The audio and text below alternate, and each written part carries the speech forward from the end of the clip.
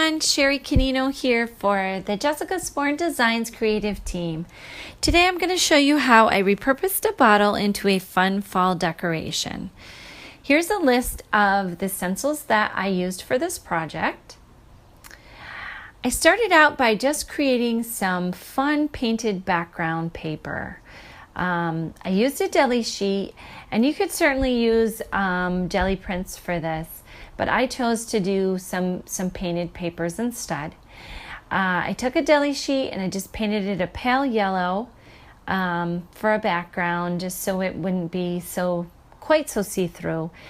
And then just started layering with all of the different stencils that either had leaves or a leaf type look, and I'm using fall colors. I created actually about 3 or 4 of these because I wasn't quite sure how many I was going to need, but certainly having extras on hand, you can always use them in your art journal or for creating embellishments. So it's always fun to have some extras on hand that you can use in a pinch. Once I had all my papers created and dried, I used a high solid glass gel by Golden, and I painted this entire glass vodka bottle. As you can see, it's nice and thick. So unlike the matte medium that's a little thinner and drippier, this really holds and gives you some working time so that you're not constantly fussing with it.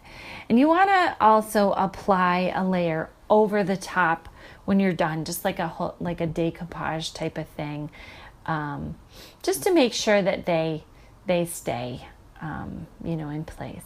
And then once I did my background, I let it dry. You can heat gun it. I just set it aside and worked on it after it dried. It really didn't take all that long. I don't know if it's because it's a thicker medium, but it worked well.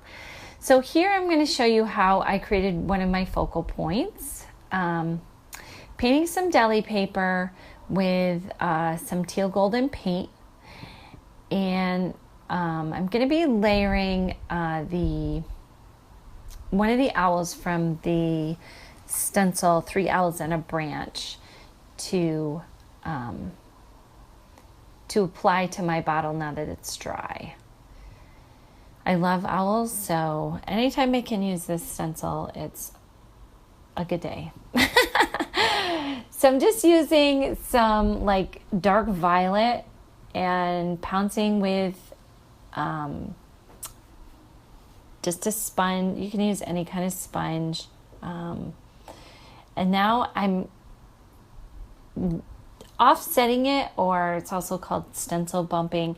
And I just did this with his feathers, just to give the feathers a little more of a 3D look or effect, just to make him pop a little more, since my background is with all those painted papers and the leaves and stuff. It's pretty busy, so I want to make sure that my focal points pop.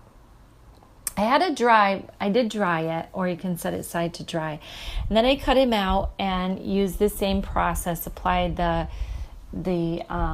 gel medium, the high solid glass gel medium, to apply on the back of him and then over the top to make sure that he would stick.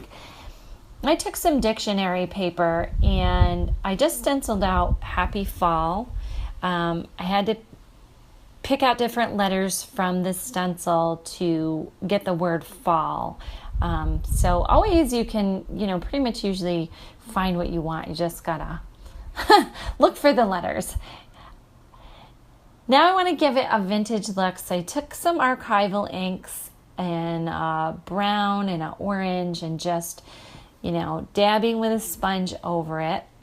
Same type of effect, just go in and use your high gloss solid gel and apply it to the back and the front just to make sure it's nice and stuck. You want to make sure it's dry before you start this next step here. I went back in with my archival ink, the brown and the orange, and just to give it, again, a more vintage, fallish look, am dabbing around with my sponge and the ink. Now I use some Inca Gold, and it is, I think it's called Old Gold.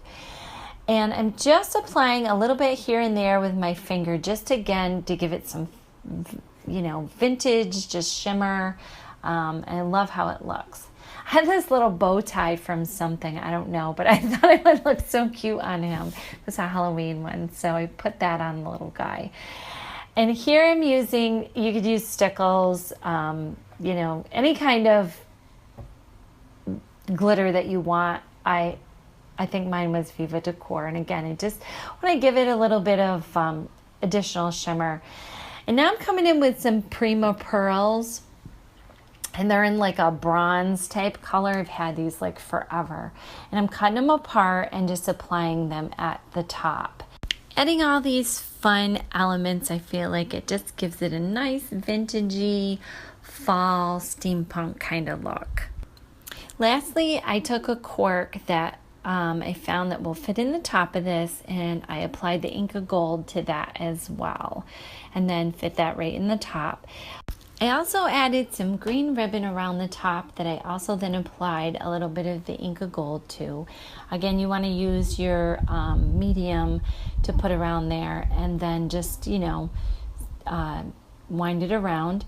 And then I used some yarn that I had that was multicolored and just kind of frayed it out and just loosely tied that around the neck of the bottle. Just to, again, I feel like it just gives it a fun fall steampunk kind of look. And that's it. You're ready to display your new fall decoration.